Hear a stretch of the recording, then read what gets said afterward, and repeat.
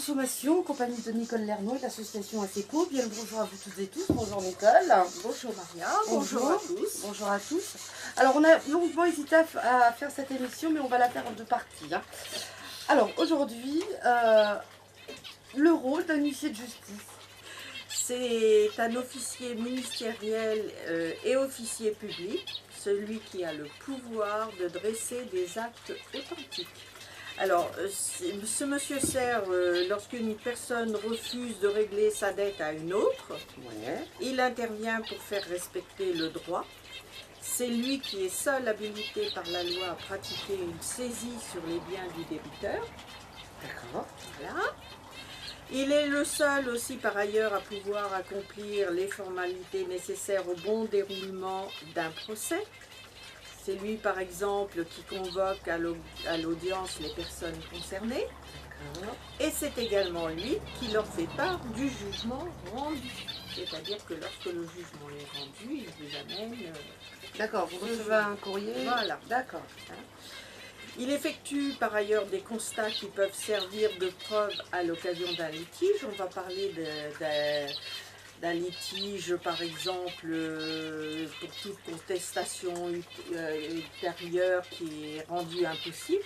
On va dire qu'il sort de conseiller dans la vie personnelle. Par exemple, le huissier de justice dénoue les conflits entre propriétaires et locataires. Il peut aussi résoudre certaines difficultés liées à la séparation ou au divorce, ça aussi. Il agit notamment pour que le droit de garde des enfants soit respecté. C'est-à-dire qu'il est là pour faire respecter la loi. Il évite d'aller en justice qui coûte de l'argent, bien sûr.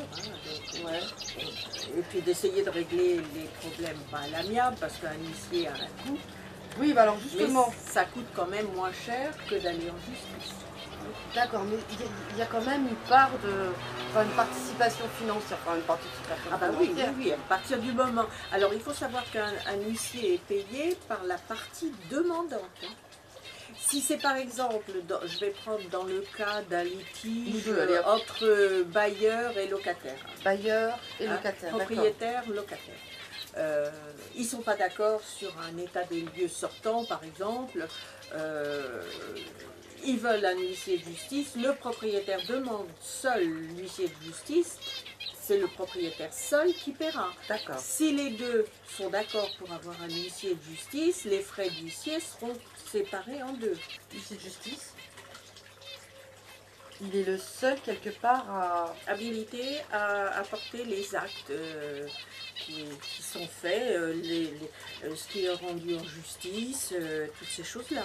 On fera une prochaine émission pour justement le rôle quel est le rôle de l'huissier de justice, parce que bon là parce qu'on va pas rentrer dans les détails non plus. Non, c'est simplement pour donner une idée aux personnes à quoi sert un huissier de justice.